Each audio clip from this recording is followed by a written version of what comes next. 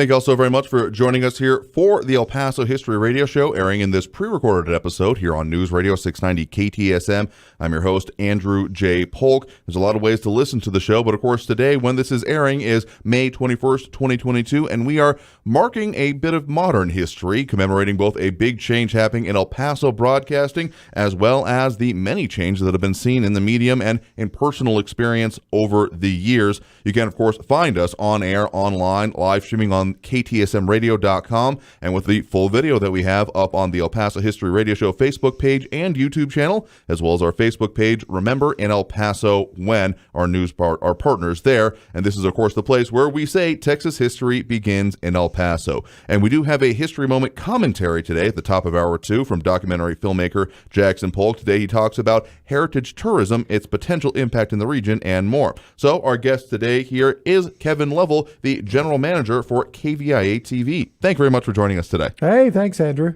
Very happy to have you on here. We've had you on this program in previous times, marking previous kind of occasions here, but this one is, well, pretty, if only personally momentous for yourself here. For those that have maybe somehow missed any word of this, describe a little bit about what's going on and what it means to you. Well, on June 1st, I'm retiring from broadcast, from employment, from KVIA-TV, and I've spent about 40 years working for KVIA or the owners of KVIA. Mm-hmm. And first arriving, I worked 3 years in Amarillo for the same group that owned KVIA at that time, and that's KVII, and it was a very flamboyant owner named Stanley Marsh III, who many have heard of, the Cadillac Ranch buried outside of Amarillo. Oh, yeah, that's a connection. He's the one who started that, and he owned KVII and KVIA. I worked 3 years in Amarillo and then got an opportunity. I wanted to do sports, so I came to El Paso in 1980.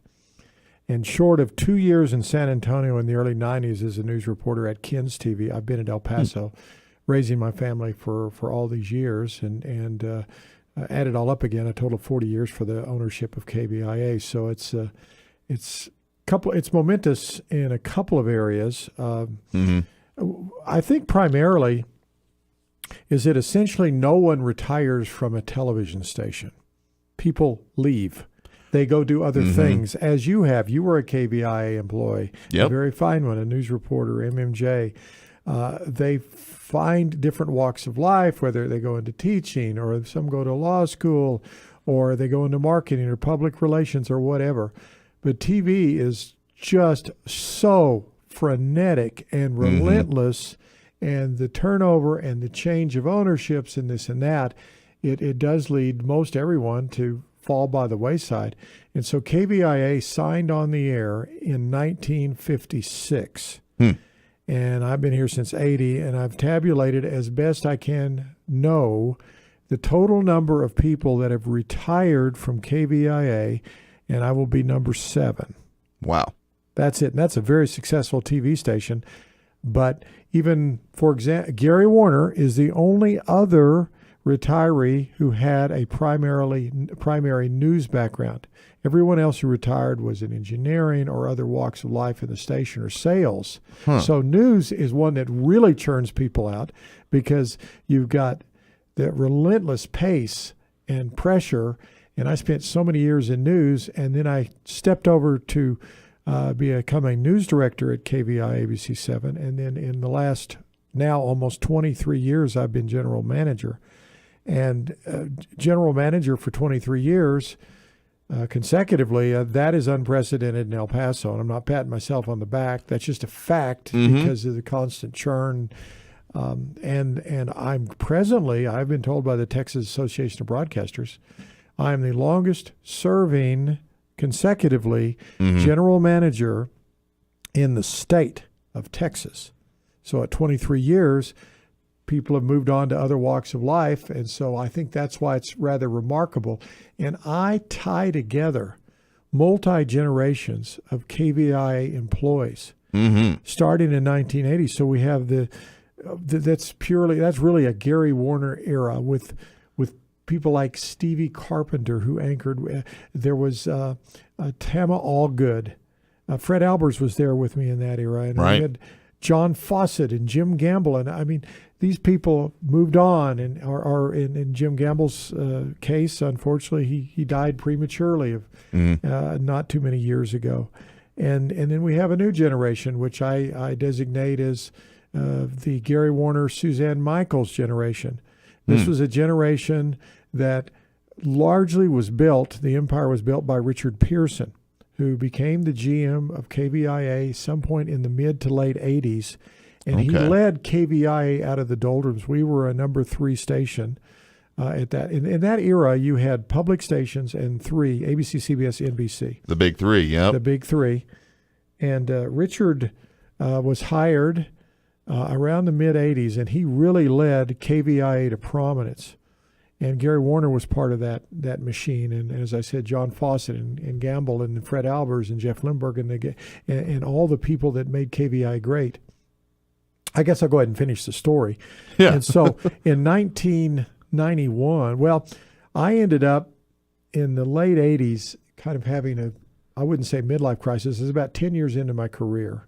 I was 32, 33 years old. I hold another distinction. I'm backtracking. I'm the longest serving general manager in KVIA and El Paso TV history. I am also the longest serving weekend sportscaster in KVIA and probably El Paso television history. 7 consecutive years I was a weekend sportscaster in the 80s at KVIA.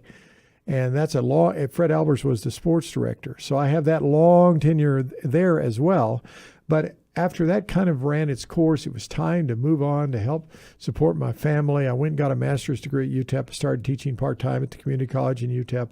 I then went into advertising with Sanders Wingo, Galvin, and Morton Advertising, worked with Bob Wingo, who's still going strong in El Paso. Learned very quickly that, believe it or not, advertising is probably more difficult than TV. But, but TV, a major component is advertising. I fled back to TV and then decided, okay, what am I going to do? And I said, well, I think I'm good enough to get in a bigger market. So I went to San Antonio for 2 years as a news reporter. That's when I got a phone call from the Richard Pearson, Dan Krieger, and Fred Albers, Udell Vigil. These people, Jeff Lindbergh, Jim Gamble, seemingly half of KVIA had shifted from Channel 7 to Channel 9 to go to KTSM. The Community Foundation had taken over ownership of KTSM, and they recruited Richard because he had done so well. Right. He was an El Pasoan through and through, and he left, and before long, within a year or so, all of these employees followed him over there. Gary Warner stayed at 7, and some other longtime employees did as well, but that's when it became a Channel 9 versus Channel 7 dogfight for rating supremacy. And I was in San Antonio for 2 years, and I believe it was Fred Albers, who's very close to still to this day. They needed an assignment editor, which I elevated to an assistant news director title, so I could have it as a more premier title. And they called me, and I liked San Antonio, and my wife really liked it. I had 2 daughters. But I thought, I really need to get into management. There would be greater likelihood of making more money, as many headaches as it is, but there's nothing more hairier than being a weekend sportscaster and doing the Borderland Blitz high school football show and all that stuff. So you get used to and all the deadlines, which So they recruited me back to Channel 9. And I went to KTSM, not KVIA, from San Antonio. And I worked for a year and a half there with the old regime, the Richard Pearson regime. And Art Olivas, an El Pasoan of long standing, was the general manager of KVIA. And he recruited me to return to KVIA as the news director. That got me back to KVIA in 1995, from whence I have been all this time, consecutively since 95. For about 5 years, I was a news director, and the last 23 almost, I've been the general manager. So there's the brief cliff notes of sort of what I've experienced and how it may relate. And there's many other issues as far as who goes where and because KDBC made a good run, and people like Raymond Mesa, who had been at KVIA and KTSM, he ended up going to KDBC.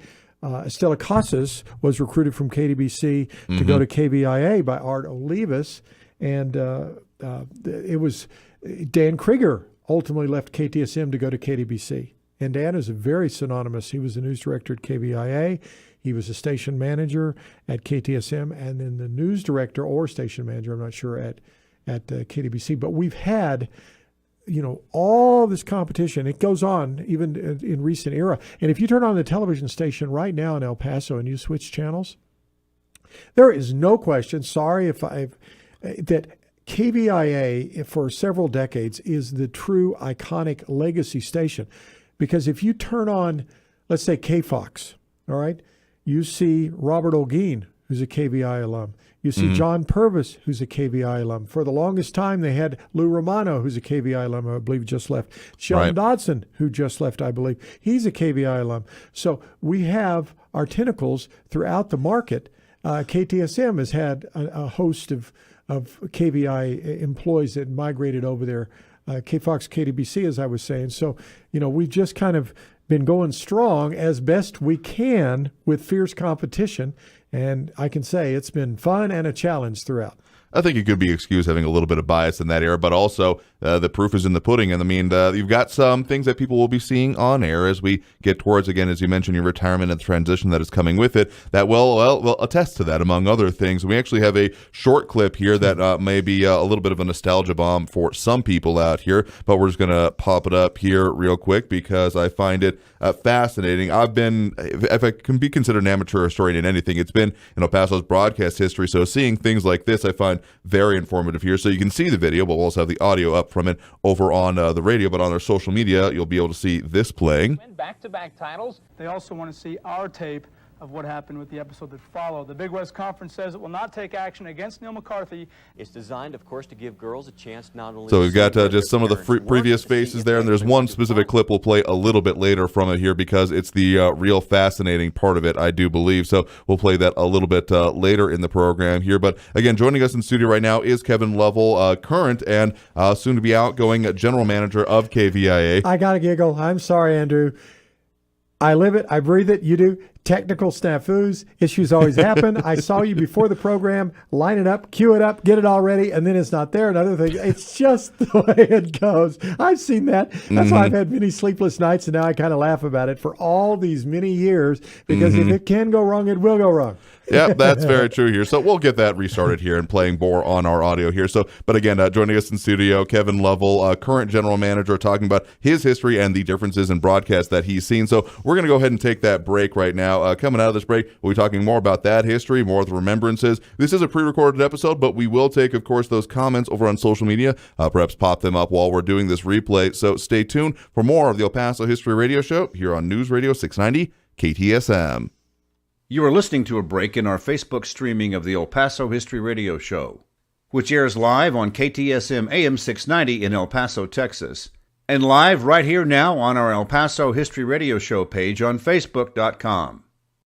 Visit Mission Del Rey Southwest for a huge selection of El Paso souvenirs and gifts. Mission Del Rey features El Paso saddle blanket products and thousands of Southwest, Western, Native American, and Mexico items for gifts and decor. Bring your friends and mention you heard us on the radio for a store-wide discount. Mission Del Rey Southwest, 1421 Lee Trevino. Enter on Pelicano. Go to missiondelrey.com or call 915-440-2140 for Mission Del Rey Southwest.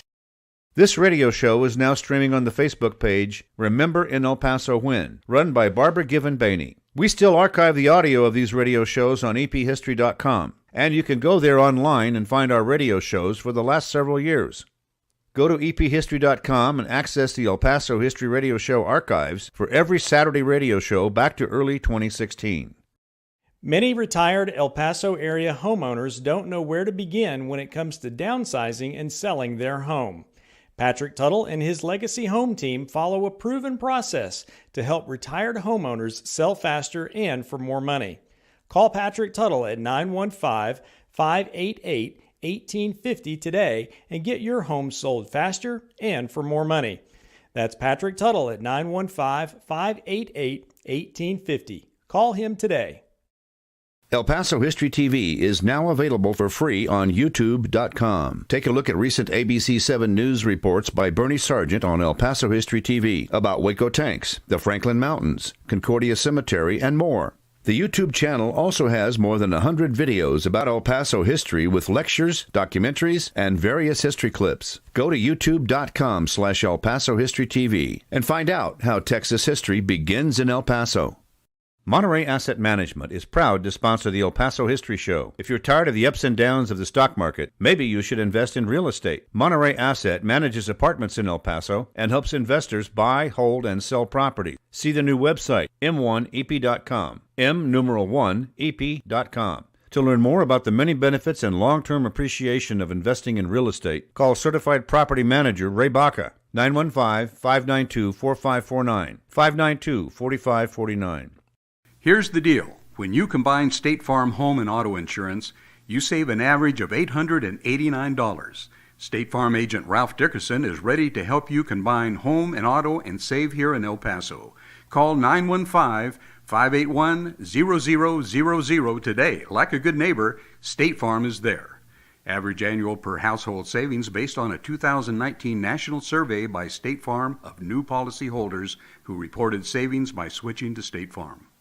You are listening to a break in our Facebook streaming of the El Paso History Radio Show, which airs live on KTSM AM 690 in El Paso, Texas, and live with video right here on our El Paso History Radio Show page on Facebook.com. Our live streaming on Facebook started on November 21st, 2020, with our tribute to Leon Metz, which you can now listen to here on our Facebook page, El Paso History Radio Show. Scroll down our page to find that archive in our videos section. You are listening to a break in our Facebook streaming of the El Paso History Radio Show, which airs live on KTSM AM 690 in El Paso, Texas, and live right here now on our El Paso History Radio Show page on Facebook.com.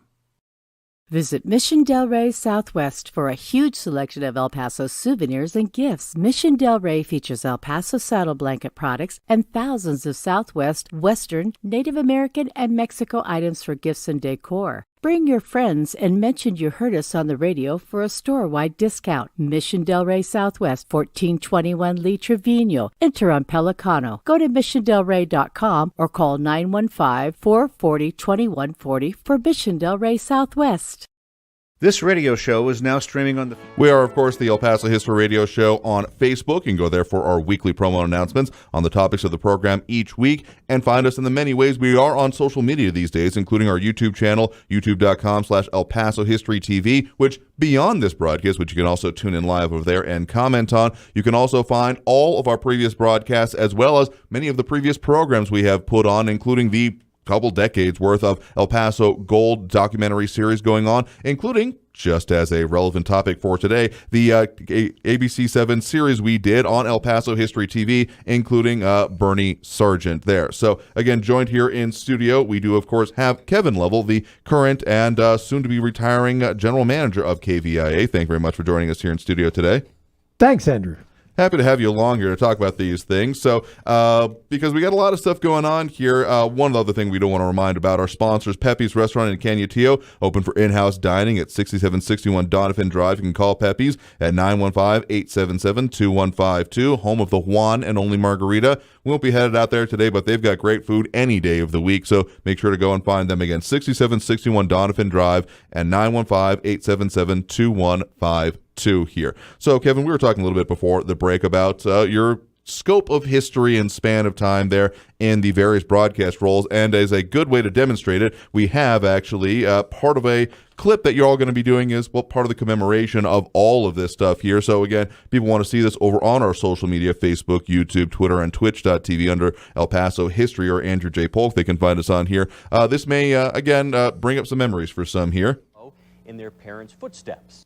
It brought together health and we'll get that again, some more of the faces that have gone by there. We'll get the exact first part coming up here shortly, because that's another interesting aspect of it here. But just, I mean, again, just attesting to some of the names here and some of the people who have gone by is very interesting. So we were talking a little bit about how you initially, let's just go back straight to the beginning there, your initial time coming to broadcasting.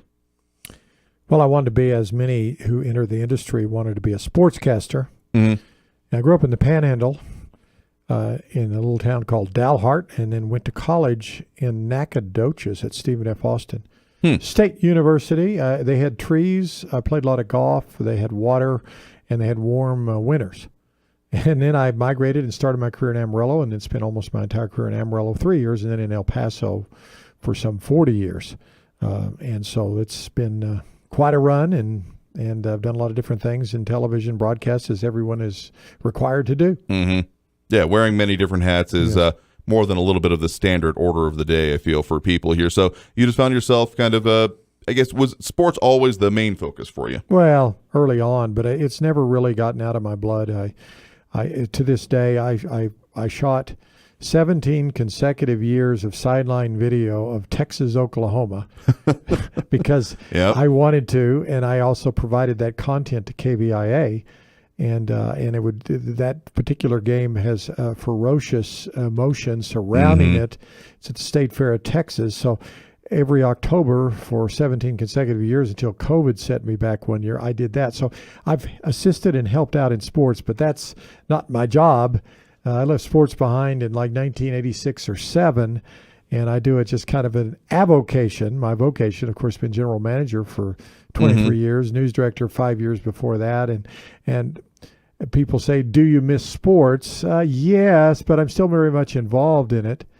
And I like being the general manager. I love sports too, but there's so many different facets of the television station, from news to sales. That's where everything evolves around news and sales. But then you've got the support roles, promotions, accounting, engineering, and of course the sales that you have to do. And you got to tie it all together and just make the operation the best you possibly can. So there's always something to do. And that's what I do, is I go into work every day, and I go home at night and on the weekends, and I monitor our product, and I have constant feedback to people at the station producing product or selling our advertising, that I'm just on my game all the time. And I guess, I'm 67 years old. I've been at it a long time. And as I said in the prior news segment, that I like what I do, but it's pretty frenetic for a long time. And I thought, all right, you know what? I've paid my dues. Let's move on. Brenda DeAnda Swan, I'm very honored that our existing news director at KVIA of many years running. She's worked under me, with me for a great many years. She's been news director, I think, 13 years. She got the station in 1998, and she is very, very smart. And she's also from news, which is, again, will make only the second general manager in El Paso that has a primary news background. All the rest have come from sales. So that was ironic, because when I became news director, even to this day, I remain the only one with primarily a news background. Usually it's from sales. Well, Brenda has a news background as well. But our company ownership had enough, confidence in me. And when you're managing a news department, it's the craziest, zaniest, biggest 24-hour pressure operation in the newsroom. So they figure, well, if you can manage that, you can manage the station.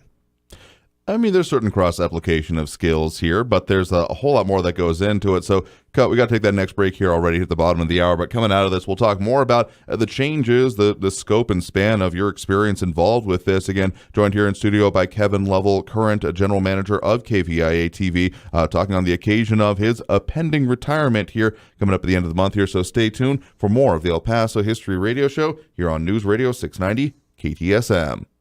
You are listening to a break in our Facebook streaming of the El Paso History Radio Show, which airs live on KTSM AM 690 in El Paso, Texas, and live right here now on our El Paso History Radio Show page on Facebook.com.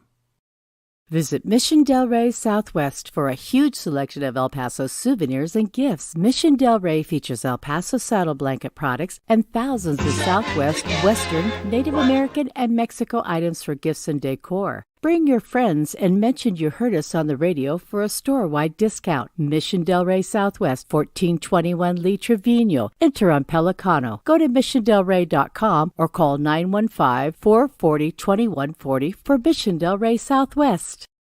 This radio show is now streaming on the Facebook page Remember in El Paso When, run by Barbara Given Bainey. We still archive the audio of these radio shows on ephistory.com, and you can go there online and find our radio shows for the last several years. Go to ephistory.com and access the El Paso History Radio Show archives for every Saturday radio show back to early 2016. Many retired El Paso area homeowners don't know where to begin when it comes to downsizing and selling their home. Patrick Tuttle and his Legacy Home team follow a proven process to help retired homeowners sell faster and for more money. Call Patrick Tuttle at 915-588-1850 today and get your home sold faster and for more money. That's Patrick Tuttle at 915-588-1850. Call him today. El Paso History TV is now available for free on YouTube.com. Take a look at recent ABC 7 news reports by Bernie Sargent on El Paso History TV about Waco tanks, the Franklin Mountains, Concordia Cemetery, and more. The YouTube channel also has more than 100 videos about El Paso history with lectures, documentaries, and various history clips. Go to youtube.com/El Paso History TV and find out how Texas history begins in El Paso. Monterey Asset Management is proud to sponsor the El Paso History Show. If you're tired of the ups and downs of the stock market, maybe you should invest in real estate. Monterey Asset manages apartments in El Paso and helps investors buy, hold, and sell property. See the new website, m1ep.com, m1ep.com. To learn more about the many benefits and long-term appreciation of investing in real estate, call Certified Property Manager Ray Baca, 915-592-4549, 592-4549.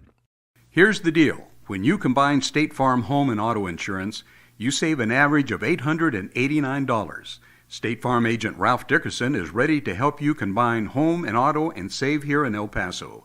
Call 915-581-0000 today. Like a good neighbor, State Farm is there. Average annual per household savings based on a 2019 national survey by State Farm of new policyholders who reported savings by switching to State Farm. You are listening to a break in our Facebook streaming of the El Paso History Radio Show, which airs live on KTSM AM 690 in El Paso, Texas, and live with video right here on our El Paso History Radio Show page on Facebook.com. Our live streaming on Facebook started on November 21st, 2020, with our tribute to Leon Metz, which you can now listen to here on our Facebook page, El Paso History Radio Show. Scroll down our page to find that archive in our videos section.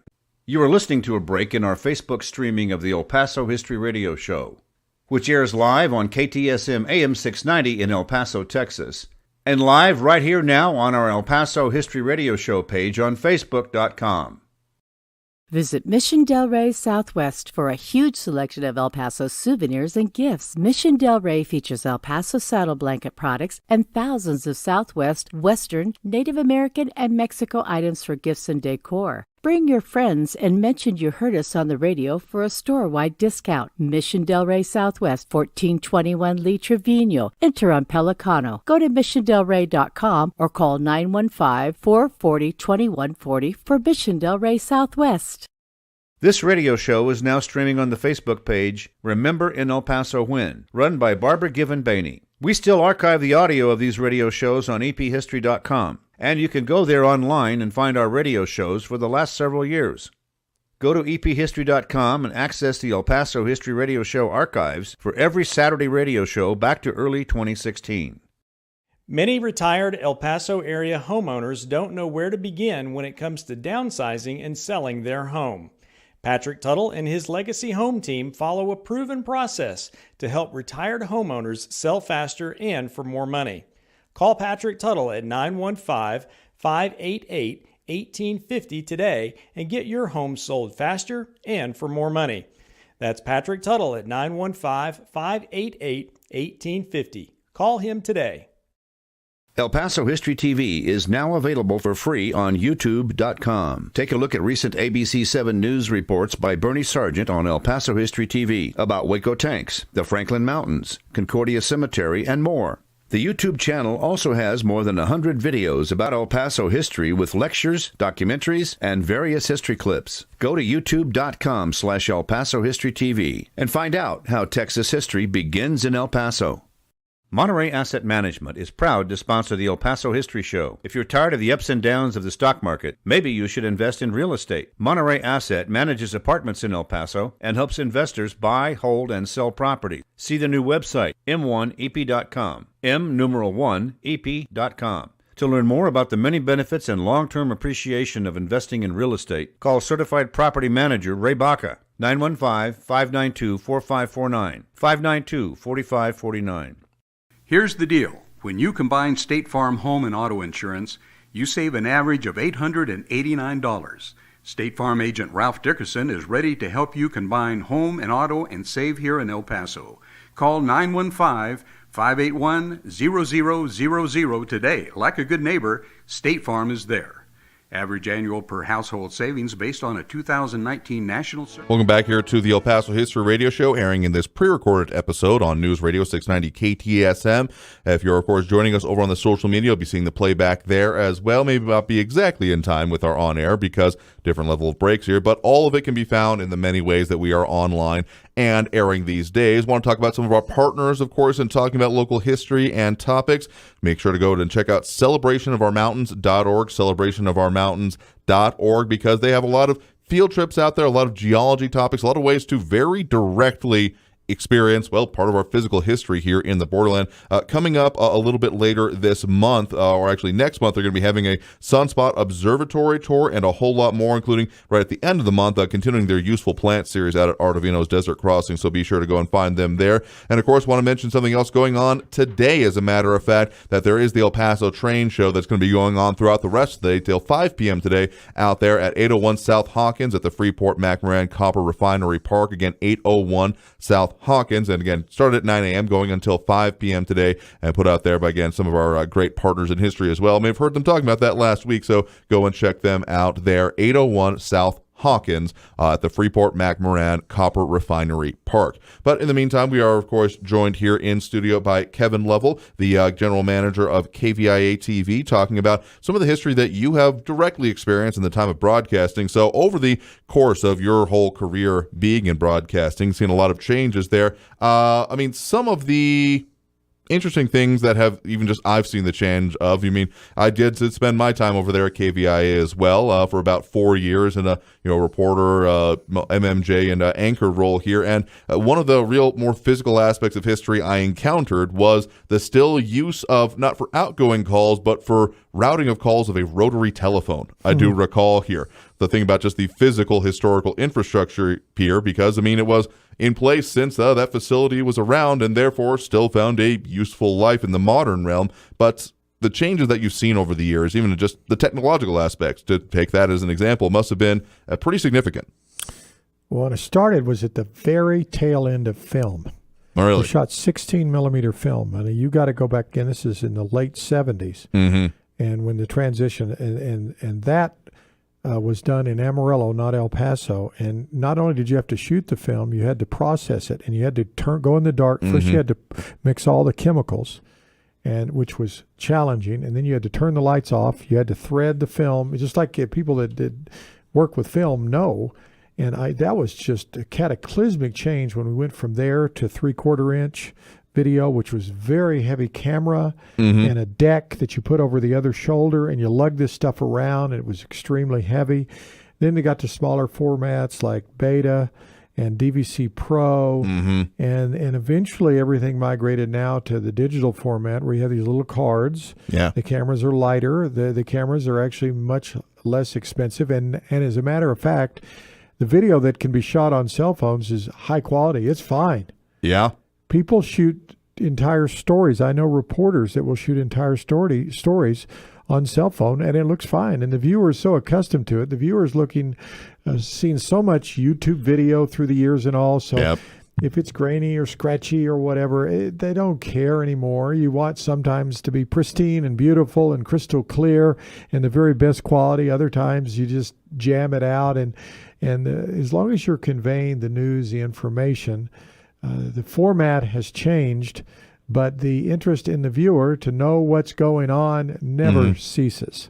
I actually had the opportunity to see part of a collection of, I want to say one of our local stations, but I think it was commingled from some regional as well, that had been in archive. And as all the changes happen over the years and things move out, essentially these, it ended up in 5-gallon buckets, but still in their little steel cases of the actual, I think it was the 60 millimeter film that involved. Not like there wasn't like exactly like a Lindbergh landing in El Paso moment that was rumored to be in that collection, but just, scenes of the time, stuff that if you're not going to use it anymore for, a day production kind of situation for a news station, might seem like, this is taking so much space, but has become of incredible archive value if you can take the time to process it. But, of course, the time of that era and the technology used there still has its impacts today, both in terms of quality presentation, B-roll, as we still refer to it, because that very much comes from that era. You had your A-roll and your B-roll, and the B-roll is what you ran to cover things. But even in terms like cut, paste, all of these came out of the actual physical act of having to use cutting systems to cut the film to then put them together. Good point. Very true. VO byte. That's voiceover into a sound bite. We still use that terminology, and so a lot of it is maintained. The other thing that's just astonishing, though, is it started with the development of websites. And then all of the digital mastery that has continued in the years since then. And the access to information for reporters and the public. Oh, yeah. It wasn't like, now you can find information instantaneously on anything. And before, reporters had to do a lot of research. And if you were doing a PhD dissertation, you had to go in libraries. Now, with dissertations, you probably still have to go in libraries. But I'm just saying, the old microfilm, microfiche era, it's all now been digitally recorded. It's available to everyone. Now, that has created incredible challenges for journalists, because now essentially there's citizen reporters everywhere. What's fact? What's fiction? What's balanced? What's been vetted? And it's changed it so much that a lot of times the viewing public maybe has trouble discerning what is legitimate news and what isn't.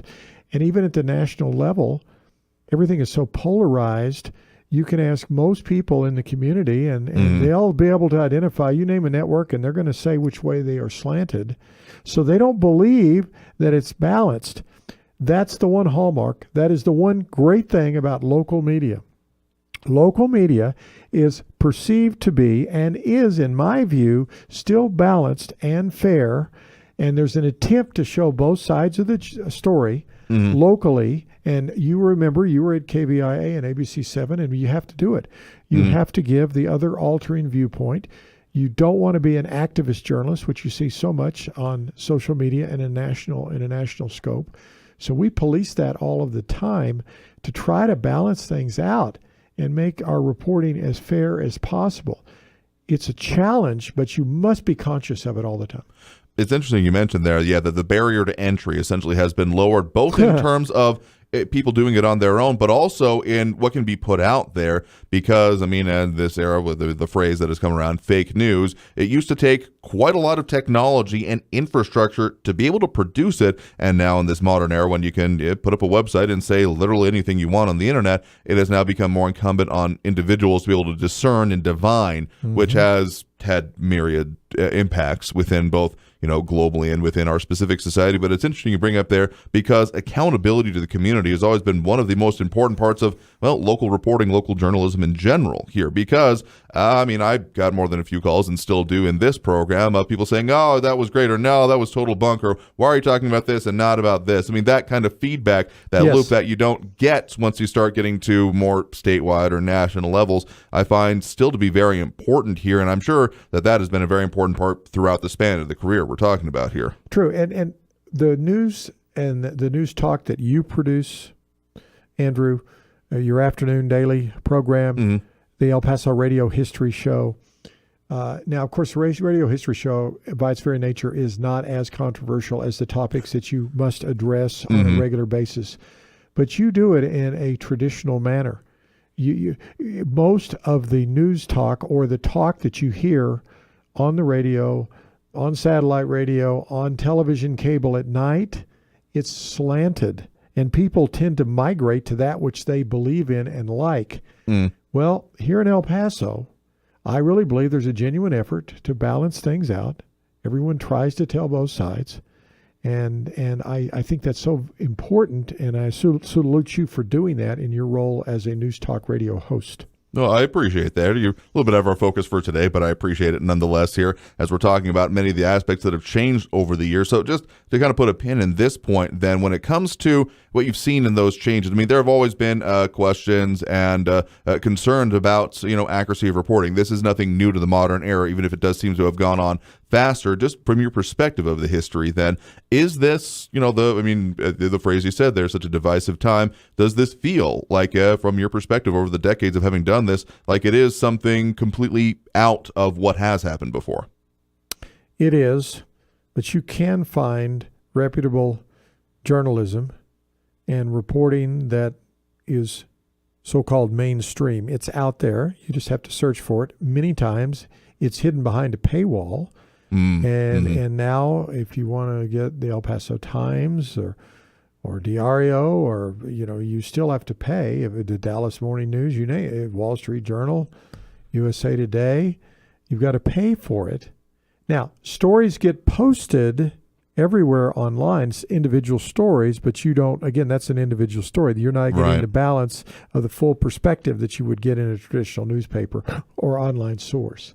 So it's just the buyer beware. In this case, it's the public, to just beware of what you're reading, seeing, and yes, you may gravitate to that which you prefer to listen to, but I challenge you to also look at the other side.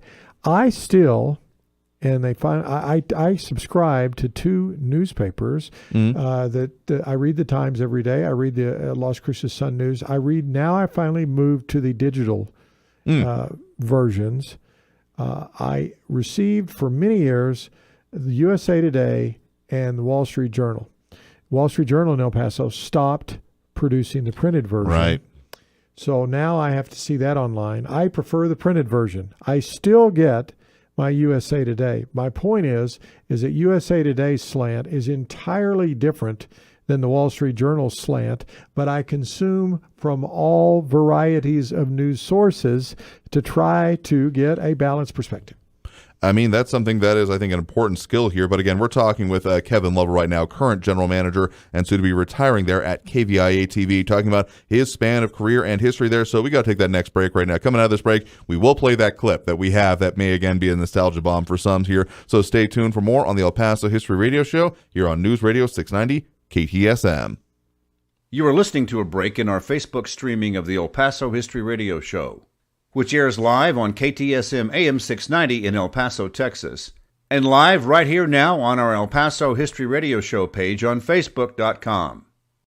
Visit Mission Del Rey Southwest for a huge selection of El Paso souvenirs and gifts. Mission Del Rey features El Paso saddle blanket products and thousands of Southwest, Western, Native American, and Mexico items for gifts and decor. Bring your friends and mention you heard us on the radio for a store-wide discount. Mission Del Rey Southwest, 1421 Lee Trevino. Enter on Pelicano. Go to missiondelrey.com or call 915-440-2140 for Mission Del Rey Southwest. This radio show is now streaming on the Facebook page Remember in El Paso When, run by Barbara Given Bainey. We still archive the audio of these radio shows on ephistory.com, and you can go there online and find our radio shows for the last several years. Go to ephistory.com and access the El Paso History Radio Show archives for every Saturday radio show back to early 2016. Many retired El Paso area homeowners don't know where to begin when it comes to downsizing and selling their home. Patrick Tuttle and his Legacy Home team follow a proven process to help retired homeowners sell faster and for more money. Call Patrick Tuttle at 915-588-1850 today and get your home sold faster and for more money. That's Patrick Tuttle at 915-588-1850. Call him today. El Paso History TV is now available for free on YouTube.com. Take a look at recent ABC7 News reports by Bernie Sargent on El Paso History TV about Waco Tanks, the Franklin Mountains, Concordia Cemetery, and more. The YouTube channel also has more than 100 videos about El Paso history with lectures, documentaries, and various history clips. Go to youtube.com/El Paso History TV and find out how Texas history begins in El Paso. Monterey Asset Management is proud to sponsor the El Paso History Show. If you're tired of the ups and downs of the stock market, maybe you should invest in real estate. Monterey Asset manages apartments in El Paso and helps investors buy, hold, and sell property. See the new website, m1ep.com, m1ep.com. To learn more about the many benefits and long-term appreciation of investing in real estate, call Certified Property Manager Ray Baca, 915-592-4549, 592. Thank you so very much for being here with us on this pre-recorded episode of the El Paso History Radio Show. I'm your host, Andrew J. Polk. A few things I want to remind you about, of course, further partners in talking about local history. Talk and Rock Radio, Rick Kern, the host of that podcast. Visit talkandrockradio.com to see what he's got going on. A lot of his great segments and great interviews with a lot of the musicians of El Paso's recent and very important past when it comes to that. More significant than you may believe. We've had some previous episodes with him as well and some great topics, so definitely worth giving him a look out there. And of course, continuing to talk about some of our sponsors here, Monterey Asset Management. They have updated their name to M1EP Management Corporation. Their website, m1ep.com. That's m1ep.com. You can give them a call at 915-592-4549, 915-592-4549 to find out all the opportunities for investing in homes and even property management. Again, m1ep.com. So again, joined here in studio by Kevin Lovell, current general manager and soon to be retiring there at KVIA-TV, marking his quite long span, 20 years plus in position, the current position, but much longer than that as well. And so to kind of mark that, we have had that clip that we've been unintentionally teasing here for a minute on the idea of, what has been a part of KVIA's history.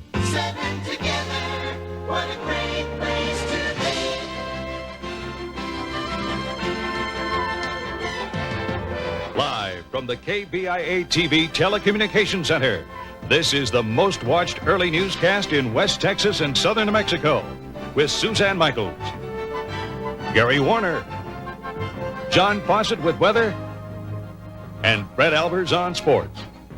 If you could change anything about American journalism right now, what would it be? I guess I'd say we need to all do a better job of making things interesting so that people will want to watch. It is time for you to talk to Sam. We go to East El Paso with Joe. Joe, welcome. Sam. Hey, Joe. How you doing? I think you're brilliant. I think you're a brilliant journalist. I'm glad you called, Joe. Just Los Angeles Lakers will have a chance. And again, just some of the names and faces we were mentioning there that people may definitely recognize here. And that'll be a part of what people will actually be able to see on air as this, this transition is being marked here, the passing of the torch, as you all are referring to it as well. So, I mean, looking back on the career so far, I mean, we've talked a little bit about some of the changes to the modern here, but I guess kind of in this reference, as we're closing out just this first hour of the program, what are some of your kind of final thoughts on how you're leaving it? Well, I kind of wanted to touch on, if I could segue to this, we looked at a little clip there, and all of the people that, I mean, incredible array of talent that have been not only KVI, but other television stations in El Paso through the years.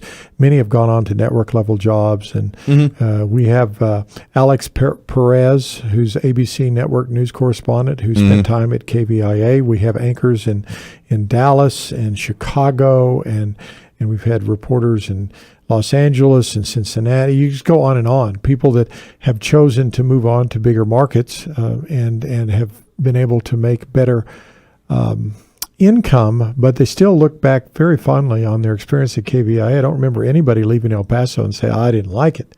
They all liked it. But Sam Donaldson has been a rich fabric of KVIA's past because he was an ABC journalist. You know, Sam Donaldson School of Journalism at UTEP. Sam is going to pay us a visit on my last week to say hello. He lives in Albuquerque. He has a ranch in Hondo, New Mexico. I looking at that clip we were just listening. We talk about the KVIA Telecommunications Center, and it shows this span, this view up. I was not involved in the production of that particular open to the newscast. That is not the KVIA Telecommunications Center. That was probably the tallest building in El Paso at the time. It makes it seem like that is it when we've been on Rio Bravo Street since the 1970s. Right.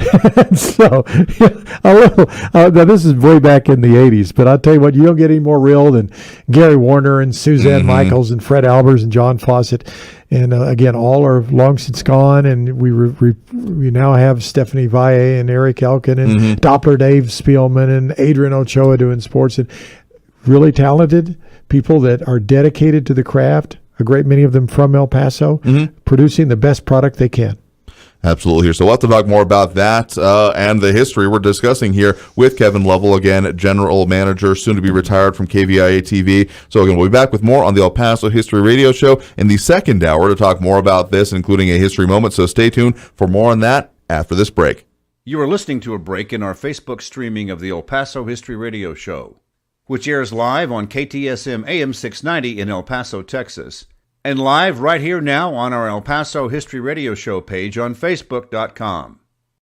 Visit Mission Del Rey Southwest for a huge selection of El Paso souvenirs and gifts. Mission Del Rey features El Paso saddle blanket products and thousands of Southwest, Western, Native American, and Mexico items for gifts and decor. Bring your friends and mention you heard us on the radio for a store-wide discount. Mission Del Rey Southwest, 1421 Lee Trevino. Enter on Pelicano. Go to missiondelrey.com or call 915-440-2140 for Mission Del Rey Southwest. This radio show is now streaming on the Facebook page Remember in El Paso When, run by Barbara Given Bainey. We still archive the audio of these radio shows on ephistory.com, and you can go there online and find our radio shows for the last several years. Go to ephistory.com and access the El Paso History Radio Show archives for every Saturday radio show back to early 2016. Many retired El Paso area homeowners don't know where to begin when it comes to downsizing and selling their home. Patrick Tuttle and his Legacy Home team follow a proven process to help retired homeowners sell faster and for more money. Call Patrick Tuttle at 915-588-1850 today and get your home sold faster and for more money. That's Patrick Tuttle at 915-588-1850. Call him today. El Paso History TV is now available for free on YouTube.com. Take a look at recent ABC7 News reports by Bernie Sargent on El Paso History TV about Waco Tanks, the Franklin Mountains, Concordia Cemetery, and more. The YouTube channel also has more than 100 videos about El Paso history with lectures, documentaries, and various history clips. Go to youtube.com/El Paso History TV and find out how Texas history begins in El Paso. Monterey Asset Management is proud to sponsor the El Paso History Show. If you're tired of the ups and downs of the stock market, maybe you should invest in real estate. Monterey Asset manages apartments in El Paso and helps investors buy, hold, and sell property. See the new website, m1ep.com, m1ep.com. To learn more about the many benefits and long-term appreciation of investing in real estate, call Certified Property Manager Ray Baca, 915-592-4549, 592-4549. Here's the deal. When you combine State Farm home and auto insurance, you save an average of $889. State Farm agent Ralph Dickerson is ready to help you combine home and auto and save here in El Paso. Call 915-581-0000 today. Like a good neighbor, State Farm is there. Average annual per household savings based on a 2019 national survey by State Farm of new policyholders who reported savings by switching to State Farm. You are listening to a break in our Facebook streaming of the El Paso History Radio Show, which airs live on KTSM AM 690 in El Paso, Texas, and live with video right here on our El Paso History Radio Show page on Facebook.com. Our live streaming on Facebook started on November 21st, 2020, with our tribute to Leon Metz, which you can now listen to here on our Facebook page, El Paso History Radio Show. Scroll down our page to find that archive in our videos section. You are listening to a break in our Facebook streaming of the El Paso History Radio Show, which airs live on KTSM AM 690 in El Paso, Texas, and live right here now on our El Paso History Radio Show page on Facebook.com. Visit Mission Del Rey Southwest for a huge selection of El Paso souvenirs and gifts. Mission Del Rey features El Paso saddle blanket products and thousands of Southwest, Western, Native American, and Mexico items for gifts and decor. Bring your friends and mention you heard us on the radio for a store-wide discount. Mission Del Rey Southwest, 1421 Lee Trevino. Enter on Pelicano. Go to missiondelrey.com or call 915-440-2140 for Mission Del Rey Southwest. This radio show is now streaming on the Facebook page Remember in El Paso When, run by Barbara Given Bainey. We still archive the audio of these radio shows on ephistory.com, and you can go there online and find our radio shows for the last several years. Go to ephistory.com and access the El Paso. Thank you all so very much for joining us here for the El Paso History Radio Show, airing on this pre-recorded episode here on News Radio 690 KTSM. We'll be continuing our conversation with Kevin Lovell on his retirement as general manager of KVIA-TV. But in the meantime, we of course start hour 2 with a history moment commentary. In this case, with a documentary producer Jackson Polk here on heritage tourism and its impact potentially in the borderland. El Paso should be known widely for its rich history and heritage, but it is not. The city and county budgets for tourism promotion are often spent on attracting people to El Paso for entertainment venues, mountain hiking, and downtown nightlife. El Paso should be known for our world-class human and natural history, but that promotion is usually left to private groups and individuals who have limited promotional budgets. The Texas Historical Commission says that Texas heritage tourism is a $7.3 billion annual business and accounts for more than 10% of all travel in the state. Heritage tourists stay longer and tend to spend more when they travel. Tourists love historic districts and preserved or restored sites, like El Paso's Mission Trail. Each year, there are millions of potential visitors who travel Interstate 10 through El Paso, but most of them don't know about the many historic events and places in our county they could stop to see. Local governments should aggressively promote area history to state and national audiences. We could see an increase in hotel and restaurant business and more tax revenues to help protect historic, cultural, and natural resources. Heritage tourism is a clean business that can help grow our local economy. After all, Texas history begins in El Paso. We should take advantage of that rich resource. I'm Jackson Polk with this History Moment commentary for the El Paso History Radio Show. And of course, we do all of this work that we do here and producing this show with a lot of partners in history, including, of course, our great partners on the Facebook page, El Paso, Remember in El Paso When, with Barbara Given Bainey as the chief admin, owner, and historian. They are a great Facebook group with more than 33,000 members that put a lot of work into the things that they put on here. May have seen a little bit more discussion about some of the topics we're discussing here in general El Paso broadcast history, mentioned in the week leading up to this as well. So please give them credit when you use anything from their site. And of course, they have a lot of help in that as well, besides Barbara Given Bainey, affectionately known as BGB. There are also admins Rick Duncan, Rick Nahara, Margaret D. Smith, Paul Louie, and moderators Ben Vincent, and joining them as of this week, Al Lowe and Charlie De La Rosa. So they do a lot of great work in helping promote our history. And one other of our sponsors I also want to mention here, Patrick Tuttle, Coldwell Banker, Heritage Real Estate. You can give them a call at 915-588-1850, 915-588-1850. Patrick is an excellent realtor, is doing some very heavy lifting for our family. And if you want to go to him for El Paso homes for sale or rent, again, 915-588-1850. So again, joined here in studio by Kevin Lovell, the soon-to-be retired general manager of KVIA-TV, marking quite the span of a career here. So we have been talking a lot about some of the faces in that clip that we played right before the start of the hour, the restart of the hour here, that may have just conjured up quite a bit of nostalgia for some people, because there have been a lot of very notable names, chief among them, at least in that promo, for me anyway. I mean, having met a lot of those people over the course of my career and just personal knowledge of them. I mean, Gary Warner is an institution in and of himself. Absolutely. Gary Warner was at KVIA for 33 years. 1 year he left to go to CNN. He was good enough. He was an anchor doing CNN headline news when it first started. He didn't like Atlanta, the lifestyle, the weather, whatever, and then he came back to El Paso. And it was Richard Pearson that recruited him to come back to KVIA. And again, so he had a 33-year career minus 1 year in Atlanta at CNN. He was good enough, plenty good enough to stay at CNN. He is network-level anchor, and he was so polished and so professional. And everybody who ever worked or encountered Gary Warner could be nothing but impressed. And Gary Warner works with Estella Casas, who's a legend. She was at KVIA for 27 years. Prior to that, she worked Spanish language television. She worked at KTSM and KDBC. And she left 2 years ago. And she initially took a job with UMC Health Foundation, and now she's working with the Viva Auto Group, handling their marketing and advertising. And love Estella. And we've just had some. Rick Cabrera was a premier anchor for many years. He left. He's in the insurance business. DeMargo's company.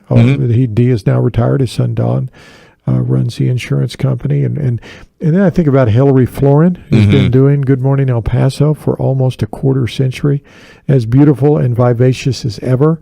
Doppler Dave Spielman has been going on more than 20 years at KVIA. Right. And so, you just kind of, when I worked with them and tie all this together, and you think of all the other incredible names of people that Stephanie Townsend, Ayala, John Fawcett, Suzanne Michaels, Ann Simmer, Roger Meyer, Jeff Lindbergh, Roger Smith, Betsy MacArthur, Robert Bettis, Larry Wolpe, Christina Montoya. It just goes on. And these are people that I've just been thinking of as I wind up my career that have graced our presence at KVI. And there are many, many more that have just been outstanding in so many different ways. El Paso, in a lot of ways, tends to have a little bit of a skewed perspective on it when it comes to the longevity of people in certain careers. Because even when I was in broadcast TV, and even now, people say, "Oh, that person came and went within a couple of years," which is, as you kind of mentioned, more or less the industry standard, but in a lot of ways, and not even just within broadcasting, but also with, say, sports coaches. El Pasoans have this concept that someone comes and then stays there forever. And that is not generally how it works, but it has happened that way around here. Almost kind of, it's almost, you would tend to call it a fluke, except for the fact that it has happened decently consistently over, again, long spans of time. Yes, I mean, Don Haskins set the example. Exactly. 39 years, coach of the Texas Western UTEP Miners. And, looking back on my career, the 20th anniversary of the Texas Western National Championship in 1966. In 1986, I produced a documentary, Texas Western Takes It All, which was the first documentary, and it's the only time that the team got together at the Haskins Center, and they had some other events. Every other time, somebody was missing or gone or not there. So that, historically, is it is clearly the most significant sports achievement in the history of the city, without question. And one time, I had a discussion with Leon Metz, and he listed ranked the top 10 events in El Paso history. Juan de Oñate, fording, all these kinds of things like that. You've got to put Texas Western winning the national championship in basketball and Glory Road and all that. It's got to be in the top 10. So, again, we've had staying power in many ways, and with a number of anchors and others in the industry. Yes, there are a lot of people that choose and want to make El Paso their home. It's just the opportunity of bright lights. I think about somebody like Robert Olguin. He was in the newspaper at the El Paso Times, was a fine reporter. We recruited him, and he came to KVI, and he was a very good anchor. I did the mornings. I think he did the weekend anchoring. He was an excellent reporter. Well, he had a yearning for the big time, and he went to Los Angeles, and he was a reporter in Los Angeles for 10 years, and then wanted to come back home, wanted to come to El Paso, where his family, where his roots are. At that time, we did not have a premier anchor position for him, and he ended up at KFOX, and he's still going strong there. So, it's just the timing and where you go, but it's nice to the people that want to stay and be in El Paso. Yeah, but again, the fact that then there's still that kind of turnover, has that always existed in, this kind of standardized 2-year contract is the way it's often thought of as being, any position coming in, the concept has often been, at least in my era, doing this, that you either move up or you move up to a better position or move out of town is the way it's done. Was that the way it always was in your experience? Until you work your way, if you're in a Monday through Friday primetime anchor position, as we were talking about with Eric Elkin, Stephanie Vaya, or even a morning show like Hillary Florin, those positions people will stay for a very long time. It's the weekenders and nightsiders and early morning anchor people and whatever. They tend to look for opportunities. They come in 2 or 3 years. many of them come from El Paso. They sow their roots here. They're from here. They go to Loretto Academy or Bel Air High School or Parkland High School, and they do great and stay here. In other cases, we must recruit because we don't have enough quality candidates in El Paso. So we go to Arizona State, University of Missouri, Syracuse, whatever. And those are more likely to stay 2 to 3 years because they don't have their roots here. So if all things are relatively equal, I want to hire local every single time. But we don't have that many journalists that are coming out. New Mexico State does a nice job. They produce student-run newscasts. UTEP has improved, and UTEP has better editing equipment. But they don't produce traditional news. They do have the public radio station. So basically, they've got to come in as interns, and they've got to learn the business from ground up. Whereas at other universities, like ESU has the Walter Cronkite School. UTEP's getting better all the time, by the way. But they come in more ready to turn, ready to go, which helps because it's a long period of time to learn the business. Right. And it's very challenging, the demands and whatever. And if you do learn the business, it's exhilarating. But it's just something that I'll tell you this: there is no business in the world more faster paced than a television newsroom. And it does seem like it's gotten faster paced here. You were mentioning a little bit earlier about just even on the technical side, the equipment involved in it, because I've actually gotten a chance to, someone was actually trying to sell it to us, the idea of, oh no, this was a great system back in the day. We spent about $10,000 on it, and it was both the camera with then the sway of cords going down to the tape deck, and then had the complementary light kit with the battery belt on it here. So we're talking about everything that I have essentially on this phone now. Yes. The lens, the recording medium, the battery, and the light in about, let's call it roughly 70 pounds of equipment. That's what it was when it was 3/4 inch days. And now it's much more mobile. So technically, it's easier, although you could still set up all the lights you want and have the best tripod. I mean, the finest equipment is out there for movie making and news gathering, but generally it's backpack journalism. You gather it, you go get it together, you shoot by yourself a great many times. That's interesting. In the early era when I first started, people worked by themselves. And because we didn't have that many reporters, and then you got the big 3/4 inch gear and you're carrying stuff on your shoulders and back, and we started shooting more in 2-man crews. And now as the years have evolved, we still have 2-man crews in many instances, but the multimedia journalist is now generally a 1-person crew going out to shoot by themselves because the equipment is so much smaller and more portable. So now we're getting back to a journalist working by themselves, backpack journalism. Interesting perspective there. Due for that next break of this hour right now. Again, joined here in studio by Kevin Lovell on the occasion of his impending retirement as the general manager of KVIA-TV, and marking the career, the many changes you've seen both in your own time and now El Paso Broadcasting. So we'll talk more about this coming out of this break here. Again, this is a pre-recorded episode, but if you want to leave those comments over on social media, you're more than welcome to. We'll pop some of those up during our broadcast. So a lot more to go here, a lot more we'll be talking about, so stay tuned for more on the El Paso History Radio Show here on News Radio 690 KTSM.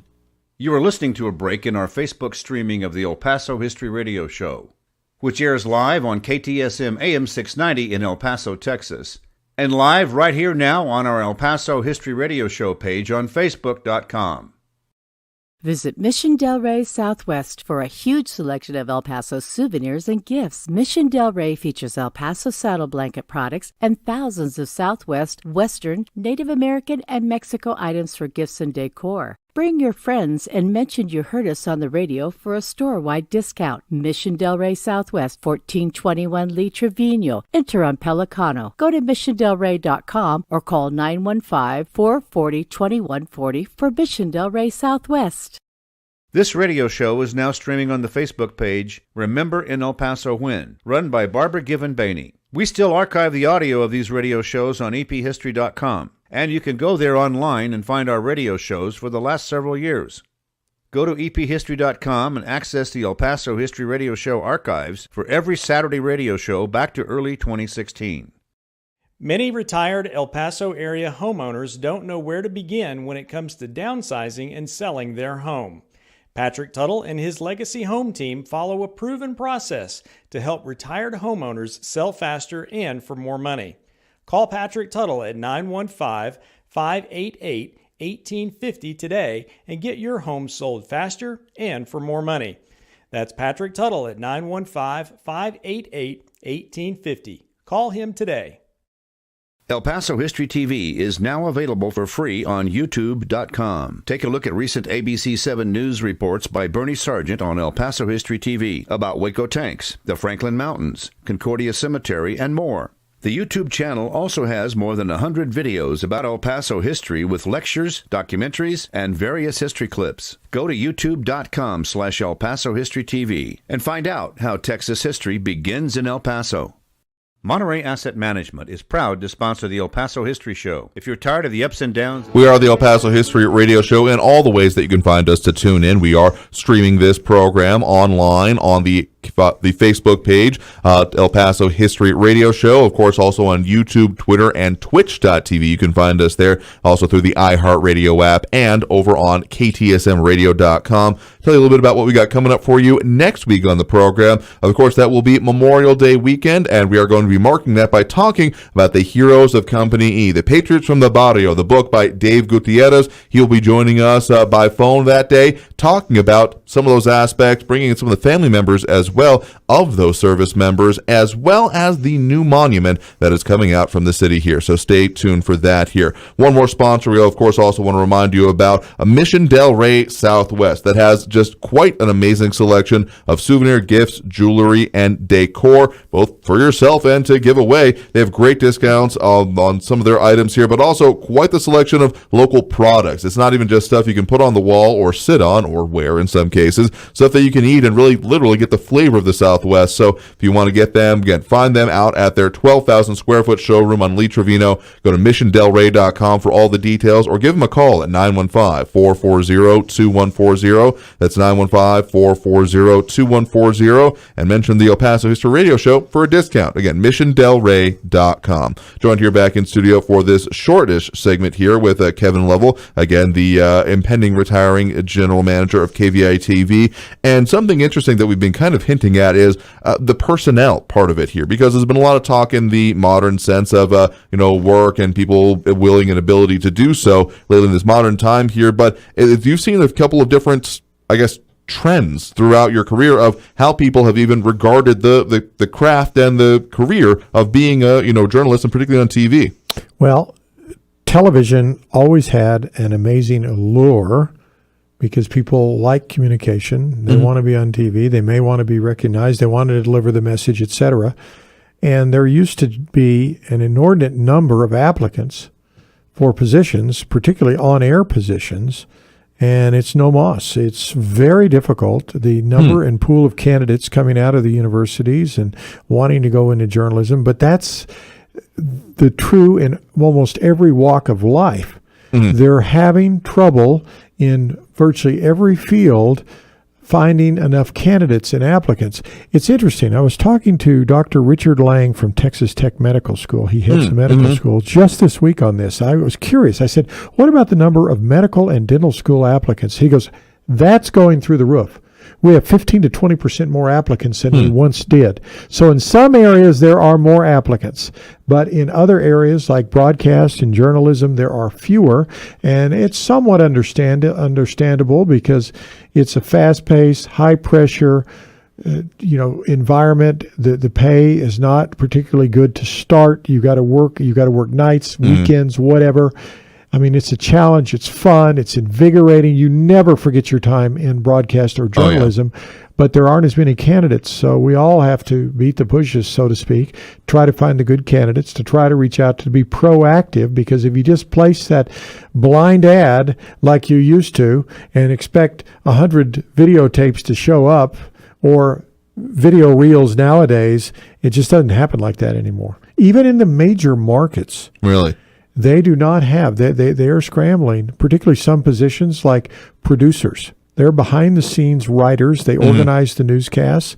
People that are good writers, and maybe if you're an English major and in school, and maybe you're not going to teach or want to do something else, television broadcast is a phenomenal opportunity because you can go in and write and organize the newscasts. And it's a wonderful opportunity. And you can go, if you don't want to stay in El Paso, you can go to major markets within 2 to 3 years if you get good in it, and you will. So, but we produce in El Paso a very good product. Not only KVI, but all of the television stations produce a very solid, we debuted a new set in January. People have good-looking sets, good-looking people. They produce journalism in the right way. So El Paso plays bigger than its market size. Television stations are numbered by market size, and we're market number 93, according to Nielsen, out of 208 markets. So we are not even San Antonio, Phoenix, Dallas size. And so typically it's kind of like minor league baseball, and we're a AAA baseball team. We play like a AAA news product in El Paso, but we're really closer to a AA level if you consider we're the market number 93. If they counted Ciudad Juarez in the audience, we would balloon to the top 40s or 30s. Yep, because Nielsen, that has always been the part that has irked me and many, many others, I'm sure, of that the Nielsen ratings, they stop at the border, but of course the signal doesn't stop there. No, it doesn't. And so there are many watching across the border, especially watching our Spanish language broadcasts here as well. Exactly, because it's not market size on how many actually trying to figure out what is actually receiving the signal. It's based on just the number of households in a community here. So, I easily would say that we the other regional comparison that is often made is with Albuquerque. I mean, there's been some movement from locals up to there from stations as well, and we would outstrip Albuquerque because Albuquerque, well, let's just look at the size comparison here. El Paso, the actual market area, is essentially the El Paso County, sometimes Hudspeth, sometimes not, and Doña Ana County, though that has been a conflict at some points when Nielsen has said, well, it makes sense to go with the rest of New Mexico, and then the local stations come together and say, what the hell are you talking about? No, it doesn't. This is El Paso's market area, but whereas Albuquerque is essentially the rest of New Mexico for the most part here. So that's just an interesting way that it is dealt with in that regard. It's very interesting about the market size. The counties like Culbertson County, not Culbertson County, Otero County, Alamogordo is the county seat. That is in the Albuquerque DMA. Now, if you're, it would take too long to explain how that evolved. It's a shame because it used to be in the El Paso DMA. But if you go to Chaparral, New Mexico, and that's not 20 miles from where we're sitting right now on Mesa Street near Executive, you are in the Albuquerque television market. If you're in Otero County, Chaparral, New Mexico. If you're in Doña Ana County of Chaparral, then you're in our market. So those people living within 20 miles of our transmitter site actually are designated for Albuquerque. If they subscribe to satellite or cable, they receive Albuquerque, when the Franklin Mountains are the very shadow into their community.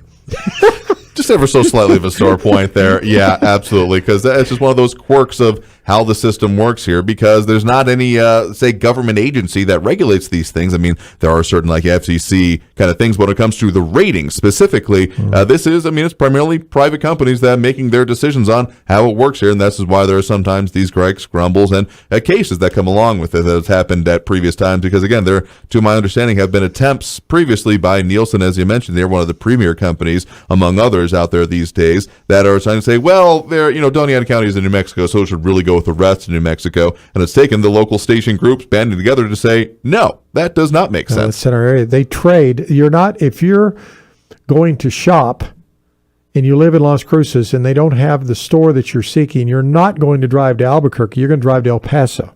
So that's the trade area. Exactly. So again, just ever so slightly of a sore subject depending on who you talk to around here about that here. But we got to take that next break right now. Coming out of this break, we will talk more again with Kevin Lovell joining us in studio here on the occasion of his retirement after a long career in El Paso broadcasting, talking more about that, more about the history, more of all of that coming up here on the El Paso History Radio Show here on News Radio 690 KTSM. You are listening to a break in our Facebook streaming of the El Paso History Radio Show, which airs live on KTSM AM 690 in El Paso, Texas, and live right here now on our El Paso History Radio Show page on Facebook.com. Visit Mission Del Rey Southwest for a huge selection of El Paso souvenirs and gifts. Mission Del Rey features El Paso saddle blanket products and thousands of Southwest, Western, Native American, and Mexico items for gifts and decor. Bring your friends and mention you heard us on the radio for a store-wide discount. Mission Del Rey Southwest, 1421 Lee Trevino. Enter on Pelicano. Go to missiondelrey.com or call 915-440-2140 for Mission Del Rey Southwest.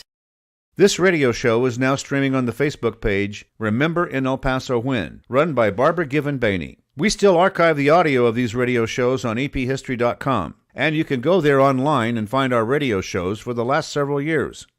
Go to ephistory.com and access the El Paso History Radio Show archives for every Saturday radio show back to early 2016.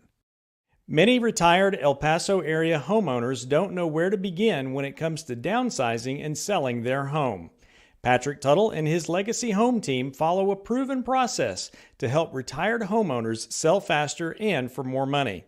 Call Patrick Tuttle at 915-588-1850 today and get your home sold faster and for more money. That's Patrick Tuttle at 915-588-1850. Call him today.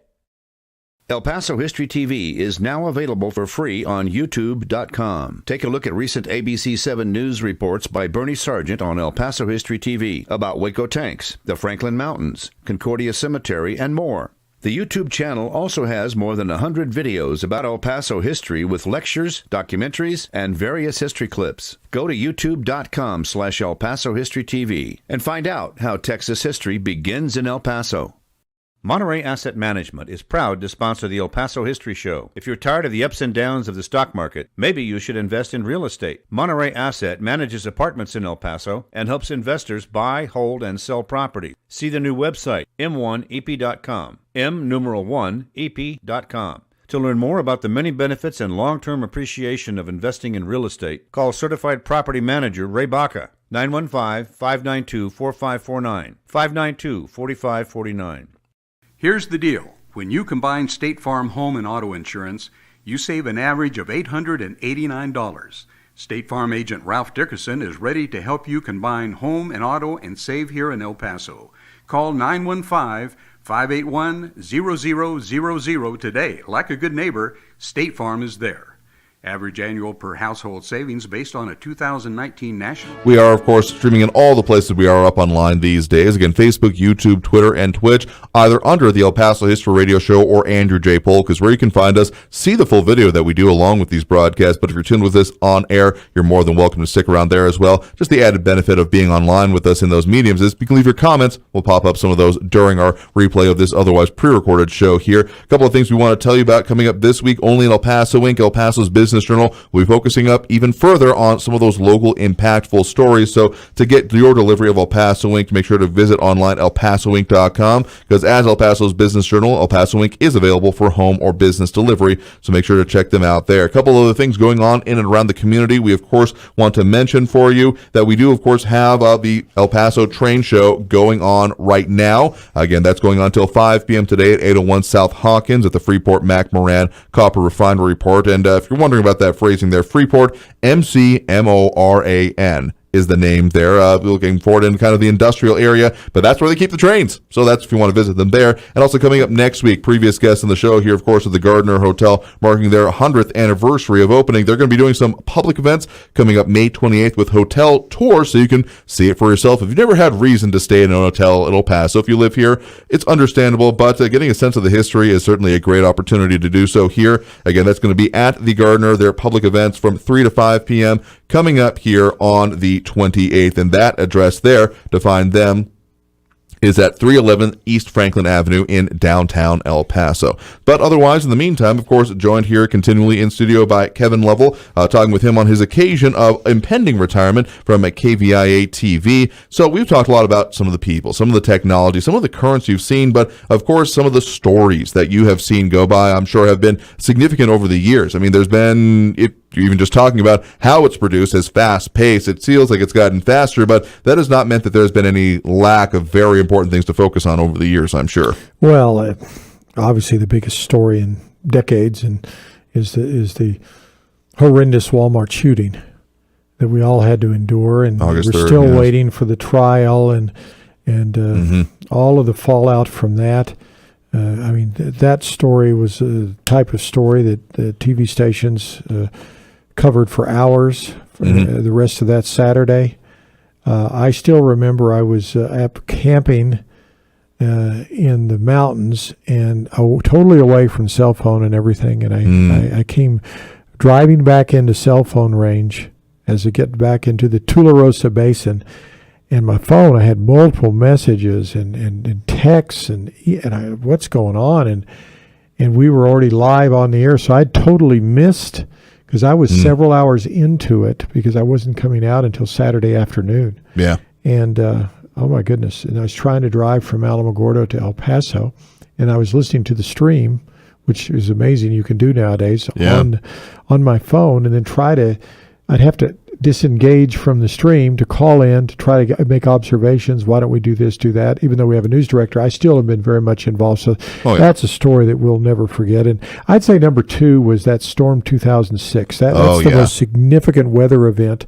And here on the west side, Thunderbird was a river, and you had couches rolling down in dumpsters, and it was just an unbelievable flood. We went on live for 13 hours in the wake of that, and then all the flood control and damage that was done. And then more recently, all of the immigration stories. The thing is that when people come to El Paso, if they're from out of town, you're talking about a bountiful number of news stories. We've got Customs and Border Patrol. We've got the immigration stories. We cover 3 states, Chihuahua, and then, of course, Texas and New Mexico, and the 3 counties. And then we've got Fort Bliss and all of the developments of Fort Bliss, which always brings U.S. presidents and delegations from Congress here for immigration and military matters. I mean, we are a bountiful community for news. I guarantee you, Des Moines is a bigger market, but it's boring compared to El Paso. I just give that as an example. And any of these reporters who have moved on to other markets, it's almost seemingly like they cover mundane, not that they're mundane, but city council issues and all. And here in El Paso, everything's bursting at the seams, so to speak. And the other thing that in recent era, I think of Duranguito, and I think it was the 2012 bond issues. We still haven't fully sorted that out. We have the money designated for a downtown arena. We have Max Grossman and J.P. Bryan, who challenged it apparently successfully in court, and there's going to be revisions or changes or something. And you've got Duranguito, where they started with the bulldozers and they stopped it by court order, and now it's all just boarded up, and there's still more history and drama to unfold there. So you talk about the women in Juarez, the killings, and then the drug trade and the drug traffic, and 9 murders a day and all that. So, and then Las Cruces has its numerous stories, including the one I will never forget, the Las Cruces Bowling Alley Massacre. I was a young weekend assignment editor. And this was in 1990 when I got a phone call. And somebody said, something's going on with Las Cruces Bowl. What is it? I don't know. Hang up. I called the Las Cruces Police Department. I said, is something going on at Las Cruces Bowl? And they said, we don't have time to talk about it. Click. I then grabbed my camera. I left the newsroom, and on Saturday morning, I'm the only one there. I drove straight to Las Cruces, and I was there for more than 12 hours that day covering the wake of that horrendous crime, which remains unsolved. It remains equivalent, first or second largest unsolved mass slaying in U.S. history. And so every year it's February 10th, that was the day, we still remember those victims. So the news stories are immense, they're important, they're national in scope, and they keep coming. Yeah, I grew up in the frame of when, it was referred to as nothing to do in El Paso or Hell Paso or those kind of phrases here as if we're some dusty backwater that has nothing going on here. And that never clicked for me. No. That just never made sense. No, there's plenty going on here. And we have all the cultural events, too, good things. And that's what the radio history show highlights. That's what your dad was just talking about, Jackson Polk, when he's talking about we have to simply take care and try to develop heritage tourism in El Paso, because we've got everything from the missions to the Franklins to the Rio Grande to the history. It's phenomenal. I love the history here. And it goes to Columbus, New Mexico, and the raid by Pancho Villa, and the Mexican Revolution right here on our doorstep, or in El Paso. The bullets were flying over here. I mean, it goes on and on. And the establishment of Fort Bliss, the establishment of UTEP. I love all those stories. I commend KTSM Radio. I commend you. I commend Jackson Polk and Bernie Sargent and Melissa Sargent and those involved in producing this very important program. I listen routinely. I love this program. I wish there was more of it. It needs to be taught in our schools in El Paso. They do learn Texas history. It needs to be more El Paso concentrated. Absolutely. Mentions of El Paso. I remember from my 7th grade textbook, El Paso was chapter 4 or so when it started with, we're a dry city that get less than 11 inches of rain a year. First mention. That was about it. I don't think we get that much rain anymore. It hadn't rained in months. Let's have some rain, please. Yeah, that would be nice to have here. One kind of final thought I want to kind of get to here is, I mean, there are plenty of good things to talk about, and we try to focus on them on our air as much as possible, but that moment when you were just kind of describing it there, I was getting the feeling back that kind of hair sticking up on the back of your neck, that almost surge of adrenaline when you find out that there is something huge going on, and it is now your job to then go out and cover it, gather the information, and then bring it back and present it. It's almost, for the people I know who have stuck in this industry at large, and TV specifically for a long time, that's what ultimately kind of hooks them. The idea that there is something huge going on and you are going to be the one to do it. Not necessarily as an important, but that surge of adrenaline, that rush, that almost feeling in the pit of your stomach you get when you know that, whoa, something has happened and we are now going to go and cover it. And when that happens, the people that are off, journalists, they come straight to the TV station. They go to the newspaper. They go to the online source. They want to report. They want the public to know the clear and accurate story, and they're volunteering. And it doesn't matter how many hours and how much effort and how many deadlines. And in our case, when we have the biggest of stories, we're going live straight through. There's nothing scripted. We're showing videos and interviews and whatever. And those are the adrenaline rushes, but that's not the important element. The important element is informing the community about what's going on. And that is the responsibility of journalists in El Paso. I'm honored to have been part of a television station that really tries hard to produce quality journalism. And at least since I've been there since 1980, we've done the best we can. And of course, we're marking that history as we are now. We got to take that break before we hit the bottom of the hour here, or the end of the hour, I should say here. So again, joining us in studio here is Kevin Lovell, marking the occasion of his impending retirement here. We'll be back, close out, final thoughts here with more on the El Paso History Radio Show here on News Radio 690 KTSM. You are listening to a break in our Facebook streaming of the El Paso History Radio Show, which airs live on KTSM AM 690 in El Paso, Texas, and live right here now on our El Paso History Radio Show page on Facebook.com. Visit Mission Del Rey Southwest for a huge selection of El Paso souvenirs and gifts. Mission Del Rey features El Paso saddle blanket products and thousands of Southwest, Western, Native American, and Mexico items for gifts and decor. Bring your friends and mention you heard us on the radio for a store-wide discount. Mission Del Rey Southwest, 1421 Lee Trevino. Enter on Pelicano. Go to missiondelrey.com or call 915-440-2140 for Mission Del Rey Southwest. This radio show is now streaming on the Facebook page Remember in El Paso When, run by Barbara Given Bainey. We still archive the audio of these radio shows on ephistory.com. And you can go there online and find our radio shows for the last several years. Go to ephistory.com and access the El Paso History Radio Show archives for every Saturday radio show back to early 2016. Many retired El Paso area homeowners don't know where to begin when it comes to downsizing and selling their home. Patrick Tuttle and his Legacy Home team follow a proven process to help retired homeowners sell faster and for more money. Call Patrick Tuttle at 915-588-1850 today and get your home sold faster and for more money. That's Patrick Tuttle at 915-588-1850. Call him today. El Paso History TV is now available for free on YouTube.com. Take a look at recent ABC 7 news reports by Bernie Sargent on El Paso History TV about Waco Tanks, the Franklin Mountains, Concordia Cemetery. Thank you so very much for having joined us here for the El Paso History Radio Show, airing on News Radio 690 KTSM in this pre-recorded edition here, as we've had the opportunity to be joined here in studio by Kevin Lovell, the current and now outgoing general manager of KVIA-TV, as you are going to be retiring here. So as you we've covered a lot of ground here over this couple of hours in both the technology, the people, the stories, and your experience with it all. But when it comes to, if you're looking back on it, over these, again, decades of it, thinking about how things are now, what are your thoughts on how it's changed, what has stayed the same, if anything, and where it even might be going? Well, traditional news journalism has kind of reached its zenith, I think. We've expanded as many newscasts as we can. We do weekend morning news at KVIA. We do Extra, the late night issues program, and then we have an hour and a half on Good Morning El Paso, and an hour at noon, and an hour at 4, and 30 minutes at 5, and 30 minutes at 6, and 30 minutes at 10, and then weekends. So I think that there are other opportunities, particularly in the digital realm. We continue to feed the social media beast because a lot of people consume their news via social media.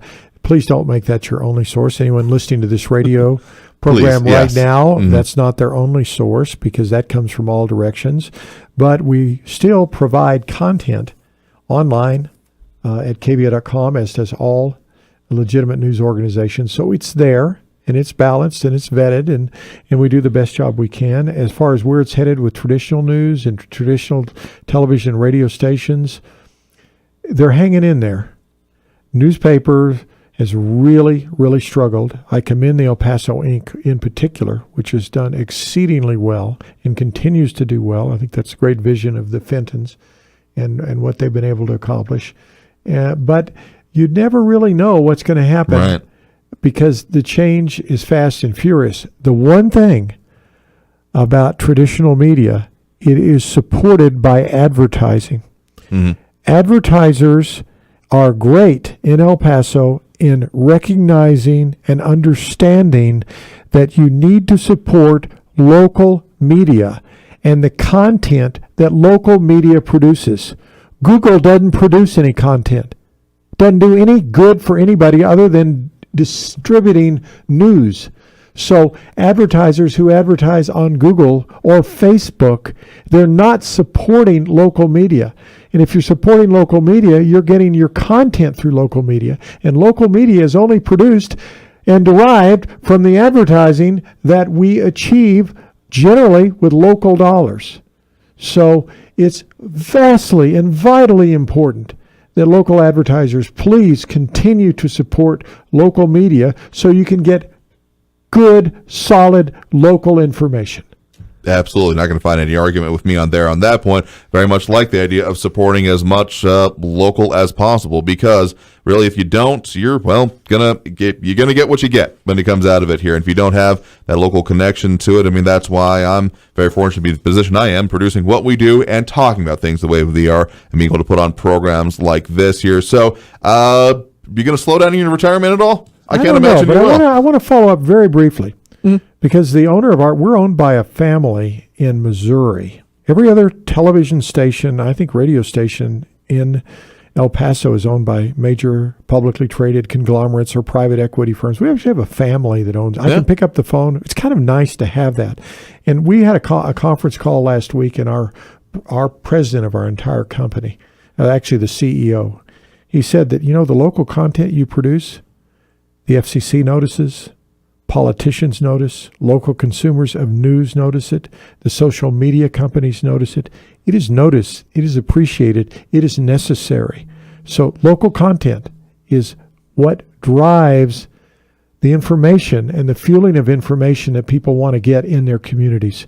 So you have to think about it in that context. And when you do, you realize the value of local content. And I'm just glad that I've played a small role in helping to develop and appreciate local content for the consumers in El Paso.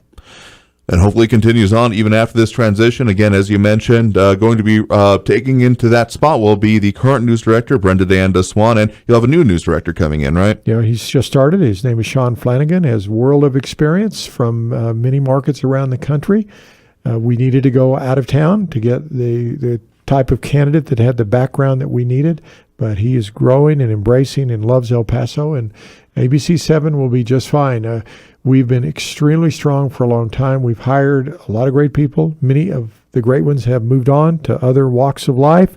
We still have a product to produce, and the news will be on at 6 tomorrow night, whether Well, in this case, we were listening on Saturday. It'll be on at 5 the next night. But the On news Sunday. will be on. It will be on at 10 o'clock or 9 o'clock on KFOX. It's going to be on every day.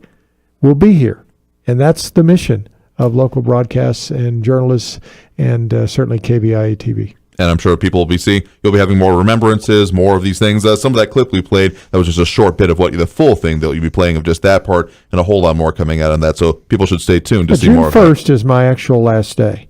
And so that would be a day to tune in to see reminiscences. Now, remember, I am many years removed from being on air.